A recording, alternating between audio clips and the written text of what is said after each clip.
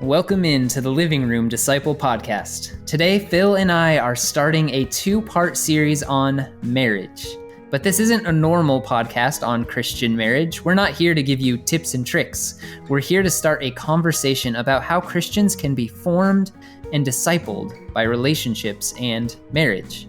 So on this episode, we're going to get the conversation started from the male perspective on Christian formation in marriage. As always, you can support the work we're doing around here by subscribing to the podcast, following along on social media, and supporting our Patreon at thelivingroomdisciple.com. And we are so glad you've joined us for this episode of the Living Room Disciple Podcast, where discipleship finds a home.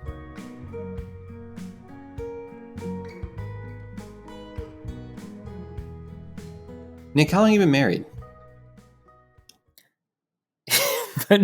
Put me on the spot right away. This feels like a trick question. Do you know? It's not a trick question. I do know. It'll be 7 years in September. But I needed to really check and make sure that I was right before I said it out loud. I've been married. Me and Brittany have been married 12 years. In 2 weeks from this recording. Awesome. I do have, Happy anniversary. Thank you. So between the two of us, we're almost 20 years of marriage, kind of experts. Mm-hmm. That's thousands and thousands of hours of practice. Yep. And I've screwed up most of it, honestly, Exactly right. Dude, I can still remember. Did I ever tell you of the story? So when me and Brittany were engaged, we were 20 when we were engaged. And so I'm a 20-year-old and bagging groceries at Publix. Me and my wife, we met working at a grocery store, each working there. And so I'm bagging groceries, right?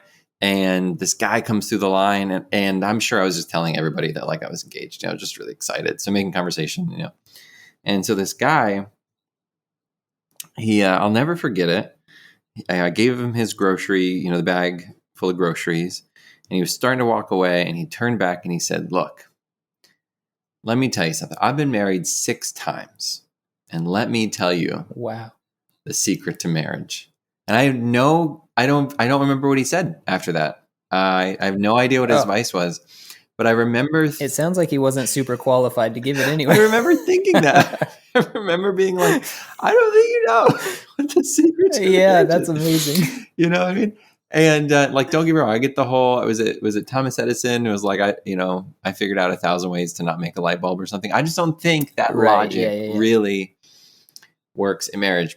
No clue how I'm going to segue that into an actual podcast episode, but I think it's helpful for us to throw out there that just because we're both married does not actually make us experts on marriage. Speak for yourself. And the reason we're having this podcast, right? You do have 5 years on me, but the reason we're having this episode is not to say here are marriage tips or here's how you can stay married or anything like that. The reason we're having this is just to model having conversations about how the things in our life are forming us towards Christ or away from Christ. And so you could listen to the rest of this episode, and I hope that you do. You could also take 10, 15, 20 minutes with your spouse or by yourself and just think through, how have I been formed as a Christian and as a human being through marriage or through my singleness or through my stage of life? And I think that so we're not trying to position ourselves as marriage experts here so much as we're just trying to model. We should be asking how the relationships in our lives and the things that happen to us in our lives are forming us as disciples of Jesus. And there are a lot of ways that marriage forms us to be more like Jesus, I think, but there are also some ways that it might malform us away, even in healthy relationships. And so I think it's really worth sitting down and thinking about, and I hope that includes listening to this conversation. Yeah. And so let's get started. I mean, let's just process. Yeah. So when I think about marriage, a lot of times what comes to mind is some of the conversations that me and my wife have had with engaged or newly married couples, which is always really exciting for us because we remember the eagerness, right, of that time. And it always puts me in a time of reflection, kind of like when you're hanging out with kids and you're like, I remember back in my day. And one of the things that when I think about the Phil that was 20 years old, getting married, I think that probably the biggest change that marriage has wrought in me in a really positive way is marriage has been the most die to myself relationship, thing that I've engaged in my whole life. I thought when coming to know the Lord that I kind of began to understand what it meant to die to self. But it really wasn't until, the first few months and years of, being in a committed, God-honoring marriage where I realized there was nothing about me belongs to me anymore. And that should have been true spiritually the moment I gave my life to the Lord. But in his patience, I think for me specifically, I needed to see the visceral effects of that in a marriage. And I think more than anything else, it's probably been the most defining element of marriage for me. Is just kind of the ongoing day-to-day need to sacrifice myself for the good of another human, which is also symbolically what I should be doing for the Lord daily as well. Yeah, I agree with that. And I think that is so helpful and healthy, and you learn to it's such a practical way to learn to love the other. It's this person in your life who's other than you and apart from you and aside from you, and you're learning to unify with them and become one flesh with them. And you're learning, are we going to put the cups up right side up or upside down in the cupboard? And are we going to wash the dishes this way or that way? And we're going to do the laundry this way or that way. Who's going to fold the laundry? Who's going to pay the bills? We're learning all these things that we have ideas from the way we were raised, and we're from our culture that we grew up in our household, maybe the state we grew up in, the country we grew up in. And our spouse might be bringing in a whole nother set of assumptions and ways of doing things and a different culture and you're bringing them into the same household and trying to figure out what is right. And so that has to include death to self. It has to include compromise. It has to include not getting my way in everything.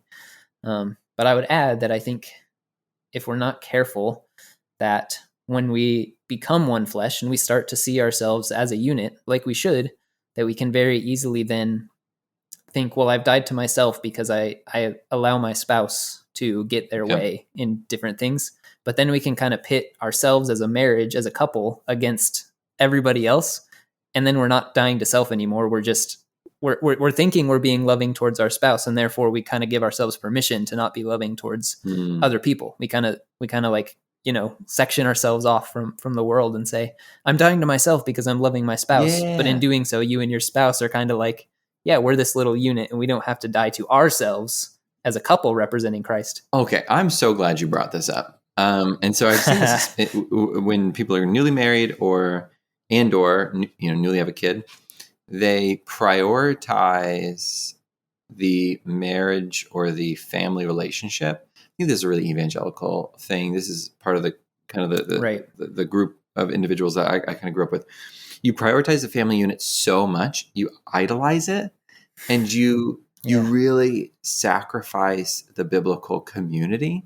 So you sacrifice I think for husbands anyways, the temptation can be entering into a new marriage, feeling the need to focus on your wife to such an exclusion of the rest of the church that you sacrifice the bride of Christ for your own bride and for your own marriage. And that's not at all the intent of marriage. So yeah, I think that could be a good point. I think one area in the evangelical tradition today is the idolization of marriage and family to the extent that it becomes unbiblical while genuinely thinking it's biblical.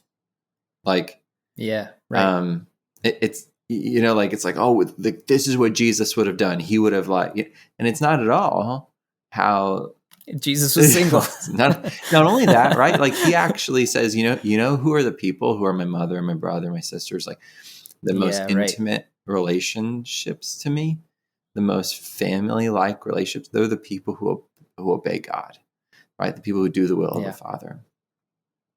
And so, if we're thinking about how are we form my marriage, I think one really popular way that I've struggled with is when we idolize marriage, we sacrifice the church on the altar of our marriage. And it's unintentionally like heretical. It's really terrible. But instead, what should be happening, and this is like such a hard thing, is that two become one flesh and together choose to die for the good of the church and for the world. And so right. Me and my wife's marriage, I think, most began to thrive when we stopped focusing so much on our marriage and started focusing on our ministry. And because we still struggle a lot in marriage, I think most people do. I think that's another one of those like things that people don't talk about. I think most people do. Yeah. Our marital peace and happiness is at its highest when we are most actively engaged in ministry to the church. And tensions are always highest when we're most actively engaged in focusing inward on our marriage and our family and trying to find peace and happiness here in our home. Right. Have you noticed that too? Yeah, this might be a really silly analogy, but I'm just thinking about like, I feel like we have this like idea of marriage as this like nebulous, it is an institution, but we think of the marriage as like, this is this thing that we have to prioritize. And we often do it to the exclusion of the actual people in the marriage, where we're like, got to do this for the marriage, got to do this for the marriage. And it's like we're keeping this balloon in the air and not letting it touch the ground, And the people trying to keep the balloon in the air are just exhausted and worn down. And you're like, nope. The goal of the marriage is two really whole people in partnership to be part of the body of Christ together and to raise children, whatever else marriage includes. But we often like turn marriage into this thing that like, we need to work on our marriage. Like, no, we need to work on ourselves and loving each other. Like the marriage isn't a thing it's a covenant that we've made together. Right. And so we can very easily overlook the people in the marriage to prioritize this nebulous concept. And I think we need to be careful when we talk about we probably need to define idolizing family and idolizing marriage, because I think it is absolutely a thing. I also think we can take it too far if we say, well, every member of your church is every bit as much family as your spouse. I think there is a difference there in that you've made a covenant before God that you are one with your spouse. So it is different. There's no one else on earth who can be the spouse to your spouse so long as you're under that covenant. Whereas the church, there's a whole body of people that are supposed to be playing their role. So there is a difference, but at the same time, we can get so secluded and turned in on ourselves. And like you said, just bouncing the balloon in the air rather than going together. It's being like, we don't really need to worry about the balloon. The balloon will stay up all by itself if we are going together to work on Christ's mission as a unified team. Yeah, I think that's so good. When we understand that Phil, so my wife's name's Brittany, Phil's goal in life and Brittany's goal in life, separate, like outside of our marriage, is to glorify God, to love him and to love others, right? Like, and kind of everything that goes with that. And I think we need to keep that in mind, because when me and Brittany came together, one of the wisest things we did, and no credit to us, we were too dumb to possibly be able to, this had to be the Holy Spirit. One of the best things we did is we said, I want to get married because I believe that I'll be able to accomplish that mission better with you than without you. Okay. Yeah. So us coming together into one flesh under this covenant still has the same purpose and mission as somebody who might be committed to singleness or celibacy or is waiting for marriage, right? The purpose is still the same. And I think when we get caught up thinking that the purpose of marriage is to create a family, create like a building block for society, to create some level of happiness, to raise the next generation, those could be good byproducts. Like I do think those are good things and they're good byproducts. But if they're what we consider the meaning of or the purpose of marriage, then we have put something before the church and ultimately before Christ, right? As we are his body. So like that's huge. Like that's like huge. And I think that's like it. The problem is it's not that it's a narrow like or thin theological line. I think theologically it's a pretty firm line. It's practically a thin line. Like the living it out day to day is so hard, right? Like, For sure. let's say like you're doing it right and I'm idolizing my marriage. On the outside, it's going to be really difficult for anybody to notice. It's such a heart condition 9 times out of 10 versus an action. The actions are oftentimes similar. But I think that's where being right in our own heart, we get to see the effects of that played out long term. Like, I don't think you're going to spot that in like an early 3, 4, 5-year marriage, but 15, 20, 30 years down the road, you're going to know the marriages that were in it to have a good, happy marriage and the marriages that were in it because they believe they could glorify God better together. For sure. And I think the end goal kind of changes the way we behave. Am I trying to do right by my spouse so that she's happy and so that she then treats me better and then I treat her better again and then we have a better marriage? Or am I trying to do right by my spouse to both love her as my neighbor and to bless her and bring her into wholeness and shalom so that she can better serve the world and love her neighbors and love her enemies? And like, what's the end goal? Why am I trying to spoil my wife just because she deserves all my affection? Maybe a little, but also am I trying to build my wife up? It's the same. It's a similar conversation to one that comes very naturally to us as parents. Am I spoiling them just because I want them to be happy all the time? Or am I trying to contribute to their wholeness in every way that I can? And I think it should be the same for spouses and partners, that we can come together and ask, how can I bring you towards God's shalom and wholeness and peace so that you can be who you are fully made to be as the image of God as you participate in the story that God is telling in the world? How can I help you get there as the person who is covenanted to be by your side day in and day out? And this is probably a good time to talk about the fact that like that's really hard. Like I do think people talk about the idea that marriage and parenting is hard. But man, it really is something that I don't feel like until you're living it, and different seasons of life are different, singleness is hard in its own way, and marriage, like there's just all the pathways through this life are difficult. Right. But there's not an easy road. It's not. It's really not. But I think too, there is beauty in the difficulty, because I think one of the things that I've learned is that as me and Brittany experience really deep difficulty, oftentimes caused by our own sin, like her sin or my sin, you know what I mean?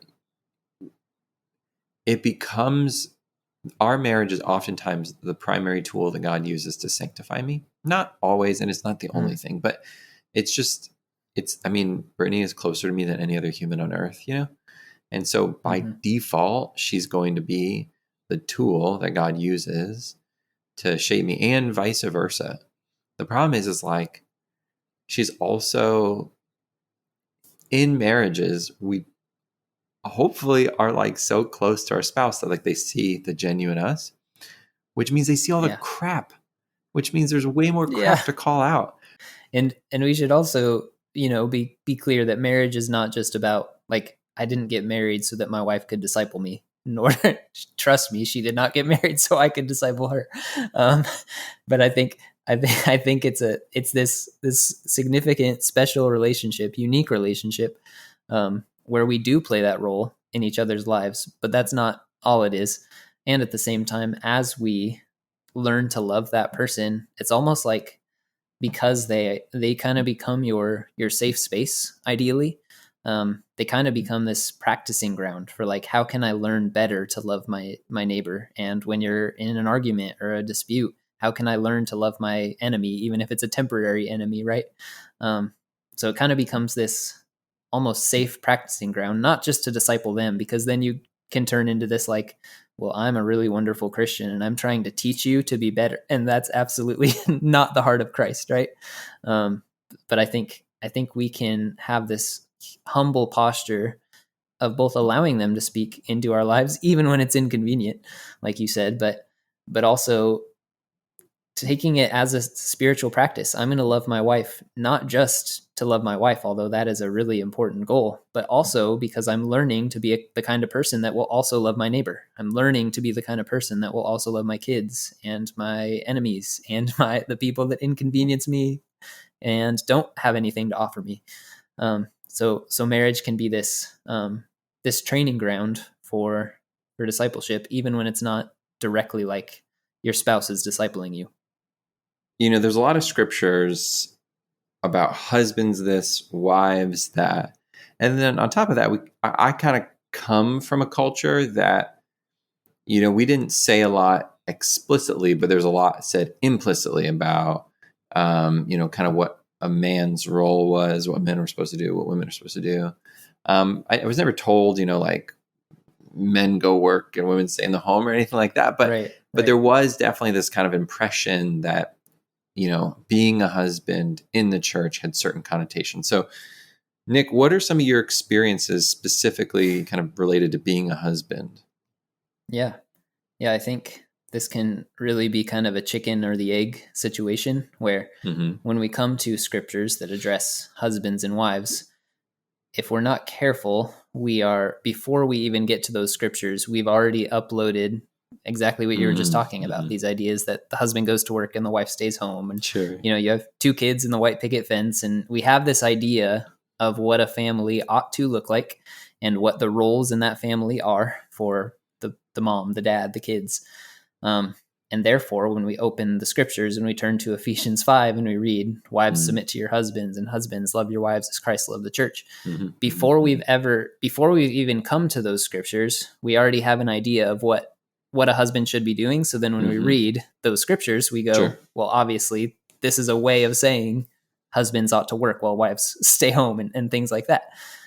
Because we're carrying that. And in some ways, perhaps those scriptures have influenced our culture to where those things partially come from scripture, which is why I say it's kind of a chicken or the egg idea. But I think I try to be careful when it comes to things like that because they are so contextually rooted that what the Apostle Paul might say to a family, an extended family, all living in one kind of compound unit in a farming agrarian culture, what he might say to that culture under the Roman Empire might be very different to if he was able to live for 6 months in the United States and see how nuclear families work. He might have very different advice to us today.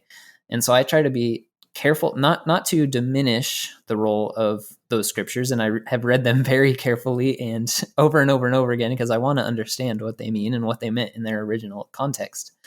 But I try to be careful to start not with my idea of what a marriage is supposed to look like and what a husband's role is supposed to be, but to start with how can I be Christ-like as a husband? And obviously Jesus was never a husband. So that takes some imagination to go back to a former or a past episode of ours. But I first want to be shaped into a Christ-like person before I start to think about what it looks like to specifically be a husband. And so I think that is helpful in an evangelical context where we often do the exact opposite. We have these like biblical masculinity conferences and womenhood conferences and all these kind of things where the first thing we're asking is, how do I be a good husband or a good man? Or how do I be a good wife or a good woman? When we should be asking, how do I be a good person formed in the image of God first? And then kind of underneath that is, I am a husband, I am a father, I am, right? Yeah. What about you? What do you think? So I'm in agreement mostly. For the record, I also have been pretty formed by the conferences, right? I think the men's conference is for sure classic. If y'all haven't been, probably don't go. I just can't. I don't even go to them anymore. Because it's usually just like weird rah-rah with barbecue. But to your point, it ends up idolizing the role of husband over just being a follower of Jesus. It is my experiences, but I'm sure there's amazing men's conferences out there. But I will say this. I think one of the things that's been beautiful and difficult is, I think part of being a believer, following Jesus, is choosing to fit into the role that you're called to in the church. Yeah. I think that we don't usually get denominational fights over things like someone's called to being to teaching or to giving or to whatever. And I do think that there are giftings, if maybe not giftings, there are responsibilities assigned to different people in the church. James is really clear that teachers will be held to a higher account, for example. There's literally a different accountability system for a teacher than somebody else in the church. And so I think we already are given this biblical framework. And I do think that comes into play into marriage as well. I just don't think you can get past scriptures that make it really clear that, I as a husband have a responsibility in my marriage that is not more important, but different and unique to Brittany's. And that's weighed really heavily on me because I really came into marriage, I think, having a pretty clear understanding that I was totally not competent to lead anybody. Literally, I was 20. You know what I mean? I was a believer for 18, 19 months, something like that. But at the same time, just shy of 2 years, I guess. But at the same time, just like with parenting, as I entered into the role of father, it gave me a unique perspective when, we call God Father, we call him Abba. And I started to make connections if this is how I feel about Luke, my oldest son, then man, God must feel this about me times 1,000. You know what I mean? So if Luke has really good intentions, but does the wrong thing, I don't get upset with him. God must be the same way, right? We've talked about that. In the same way, I realized that as I've tried to take on the role of husband in me and Brittany's relationship, I've had a lot of moments like that where this is difficult to die to myself for Brittany in this moment. And yet I'm still supposed to lead her and wash her in the word and process what it looks like to be a part of that, helping her in her own walk of faith.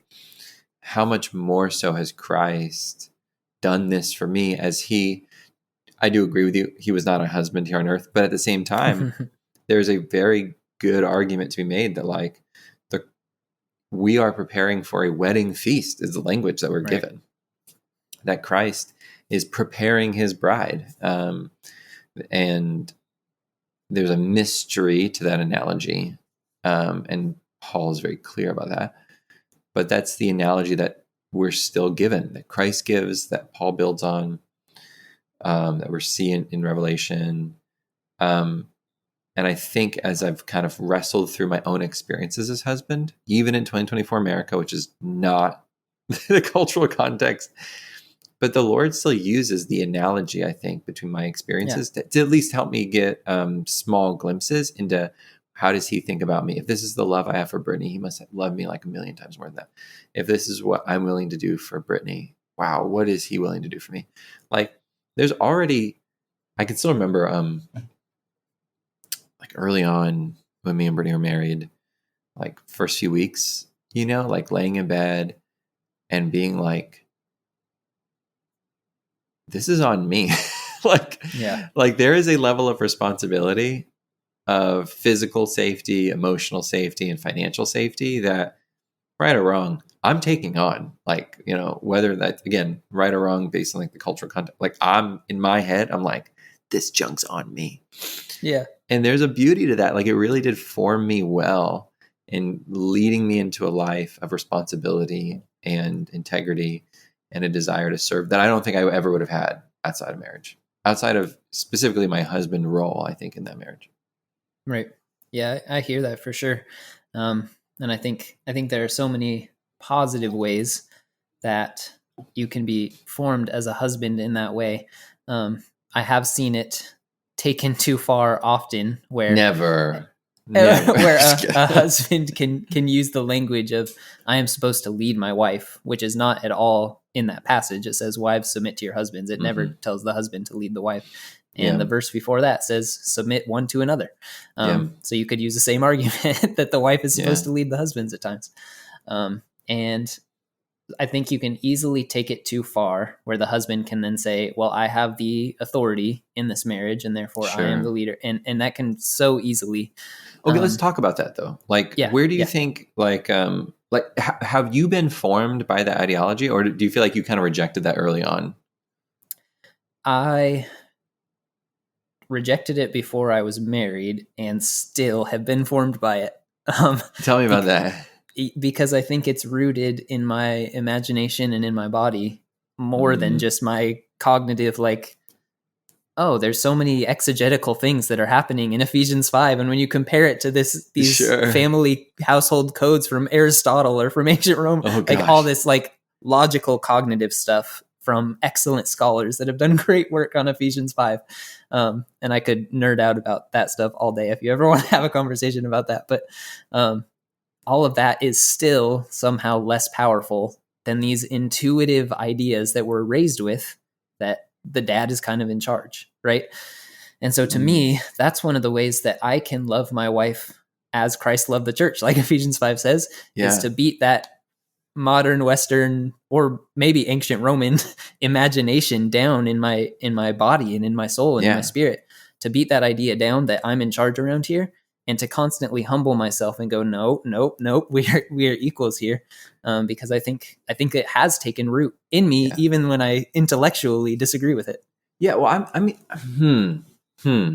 this is tough for me because I'll go. I mean, it's way beyond. It's way further back than Rome. You could just make an argument that Cain, for sure, right? For sure. Like, was domineering as a man, right? The language in Genesis is that he took a wife. And that's the same word in Hebrew as, at Eve taking the fruit. Like, there's this connotation of taking and domineering that begins really in Genesis 4. Or even in Genesis 3, when God tells Eve, watch out, your husband will rule over you, even though you're desiring him. Yeah, but I do think there gets to, and I think this is where what's difficult. And I get, maybe I get a little concerned. I don't know, Nick. I think I've been a little flip-floppy on this over the years as I'm growing and changing. So I feel like when I came into marriage, me and Brittany, I had more of that traditional conservative kind of like mindset. Like, I am the leader of the home. But I do believe that like there was a temperament even early on. I'm still supposed to lead like Christ, and Christ just isn't a domineering presence, Right. And so I've just kind of, I think where I'm at now is not where I'm going to stay. So whatever I end up saying on this podcast, I want to be clear, I'm going to change it. Come back because I'm growing. Years. Yeah, I'm growing. For sure. But man, I think one of the things that I'm seeing in younger men specifically is a total lack of drive, of desire for, I can't shake the feeling. Maybe it comes culturally, but maybe there's a level of truth that's just rooted in our human experience, that it is like a true thing. I can't help but feel that husbands will stand in a different level of account than wives. Now, that may be wrong, but we do have a theological basis for that. This is true for some roles in the church. We know that without a doubt. Again, James gives us the first example of that, right? He's like, dude, you will be held to a, and there is this, even in Paul's teachings in 1 Peter, there's these commands to husbands that the husbands are consistently, there's an indication that in the marriage that I have with Brittany, it is supposed to be reflective of the relationship that Christ has with me. And in that analogous relationship, I didn't say that right. Let's not talk about the fact that I have an English degree. I am playing the role of Christ. Like, that's the analogy, right? Like there is that, just like, the, whatever that means, it must be a big deal. You know what I mean? And I think there's something good, even if I'm coming away with the wrong theology, like this is because I'm going to change my theological stance on this at some point. There's something beautiful about choosing, and this is what I think we should do, even wherever I end up theologically, like husbands, if you're listening, what I should do is stand before the Lord in my prayer time, in my heart, and say, like, what does it look like to stand before you and account for the way that I'm treating my wife? Yeah. And I think that's a terrifying but wonderful practice that all people should do. But just speaking to husbands right now, I really think that we should do that. We should stand before the Lord and say, like, God, if I'm held to account to leading, probably not the best word, and I acknowledge that, but it's the language that I'm given, to leading my family in some capacity, to washing my wife with the word, to praying over and leading her and loving her like Christ loved the church. Like, if that's the model that you've given me that I'm supposed to follow, what's it going to look like to stand before you? And I don't know. I think one of the things, like, I just wish I could shake, young men right now. I sound so old. These kids these days, is with that, like you're going to stand before, like, it is Hebrews says it is an awesome thing to stand before a living God. Like, awesome in like the terrifying awesome, you know what I mean? Like, yeah. And I just think that there should be a level of seriousness that we bring. And I'm worried that we water that down to some extent. And now in our day and age, as you know, does that make sense? I don't know, man. Like, walk me through this. What do you think? I hear you. And I do think that there can be a danger in our society of totally diminishing the differences between men and women, where all of a sudden there's just very little direction and clarity and nobody knows what they're supposed to be. And I understand that is an ever-present danger. So what I don't want to do is say, like, we just need to make sure we're being like Jesus, ignore all the stuff about husbands and wives and men and women or whatever. Yeah. That's not what I'm trying to say. Clearly they thought there was a difference. Right. There's a difference. Right. Yeah. But what I am trying to say is that the commands given to all Christians have to come first before we start getting into the nitty-gritty. Yes. So I see a lot of validity in what you're saying, but I would take it back a step further, take it kind of more to the surface or under the surface, and say, like, Matthew 25, the sheep and the goats, and you and Brittany, Taylor and I are both going to stand before God, and he's going to sort us into the sheep and the goats based not on how we treated each other, but how, when we passed the homeless person on the street, did we treat them as we would treat Christ, or did we treat them as, you don't matter to me because you don't have a house? Right? Yeah. And Matthew 25 is pretty clear that that's how we will be judged by the Father on the last day. And so, yes, we should have this responsibility, this accountability, this what I do and how I live and how I value people matters. And that absolutely includes my spouse. But I think we need to start with, how are we as a married couple being formed to be the kind of people that we stop for that homeless person every time, that we have time for the interruption every time, that we are formed to act like Jesus would act in the world. And I think that certainly plays out in the home. And we spend a lot of time inside the confines of the home in our modern world with the nuclear family. And so we need to learn to act like Jesus in the home. But then when we go out into the world, how has that time in the home shaped us to be the kind of people that are going to love the least of these, to use Jesus's words? How are we being formed to behave like Jesus, not just towards each other, and to be accountable towards our awesome God, not just in our marriage, but how are we as a married couple, as two people who are united as one flesh, how are we being formed to go out and love the world the way that Jesus loves the world? I think that's such a good point too. And I would even word it this way. This might be a little extreme, but I believe it. If the result of the way you're doing marriage doesn't result in loving those around you with more excellence, your theology must be wrong. Whether it be your practical theology or your cognitive theology, it's wrong because it's not resulting in a life that looks like the life of Christ. And Matthew that's really 7, hard. Know them by their fruit. Yes, and the love for one another. Two things. You'll know them by their fruit, and you'll know them by the love for one another. Yes. And so in our marriages should enable us to love others well, to show the fruit of the Spirit and the fruit of a life that is planting the seeds of the gospel in our community. Yeah. And I don't think it's for everyone. I think Paul's clear about that. Yes. But gosh, in my life, my marriage to Brittany has produced that refinement in me. And it's done through a few things as we kind of come to an end, through a few different ways. First, I do think that Brittany provides me wisdom and discernment that I would never have. And she can give it to me in intimacy of moments that like nobody else will ever see.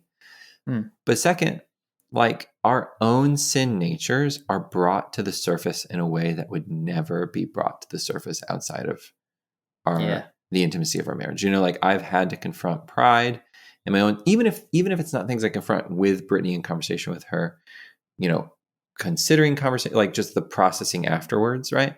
Yeah. I've watched the Lord bring up the dross, right? The sin nature, and then begin to scrape it away. And then, dude, there just is something to the fact of like, there's just another human watching me. Like there is a level of integrity that I think I live by default. Like I don't even mean to. It almost sounds terrible I'm saying it this way, but it's true. Some people are gifted with the ability to be single and celibate, and it's an indication of the strength of their integrity that they don't need to live with someone to still be holy.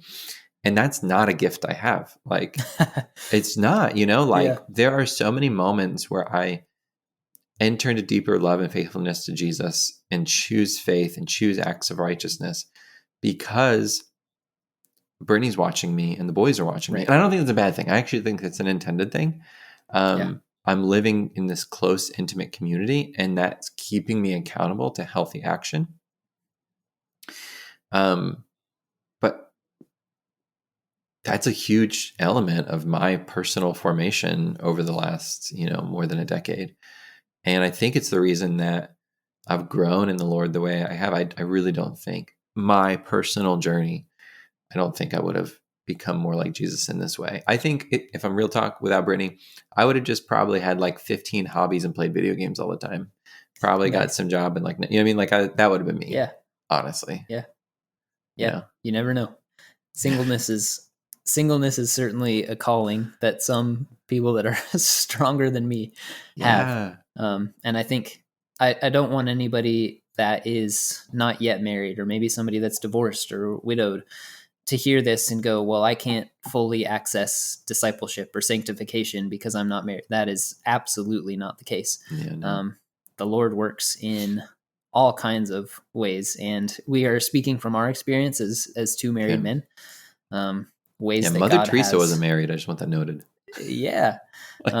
She's God way older than me. Sanctified us and discipled us in ways through being married, but there are countless ways. And I hope we eventually get to have a conversation on being formed by singleness. Hey, do you have any book recommendations? Because I do feel like... Ooh. Yeah, do you? Off the top of your head? I'm so prepared for this. I'm ambushing you right now. Yeah, you are ambushing me. I'm so ambushing you right now. Here, you keep thinking. You keep thinking. Okay, look. This was recommended to me and Brittany like a hot minute ago by a mentor of ours. Yeah, we read that too. Oh, yeah. Tim. Anything by Tim and his wife, Tim Keller and Kathy Keller. I just feel like it's a good I don't want to say marriage 101. If you're only ever going to read one book on marriage, I think this would be the book. I'm not the most versed, but it's called The Meaning of Marriage, Facing the Complexities of Commitment with the Wisdom of God. And the reason I like it so much is because it is so focused on becoming like Jesus. Like, you know what I mean? Like, I think there's a lot of what we talked about tonight that I really think resonates with just kind of this text. And I would really recommend it for anybody. Thank you so much for joining us on the Living Room Disciple podcast today. As me and Nick are processing through how we've become more like Jesus and sometimes less like Jesus as we've entered into marriage as husbands. Also, check us out on livingroomdisciple.com for more information about who we are and to sign up to our newsletter, because we have some pretty exciting things coming and we want to keep you in the loop. All right, huge shout out to Micah Pop for all the amazing production work, to Eric Church for getting this episode out into the world, and to Daniel Ramirez for all the composition for our music. And thank you to you for sticking around to the end, for being a listener, and for joining us today on the Living Room Disciple podcast, where discipleship finds a home.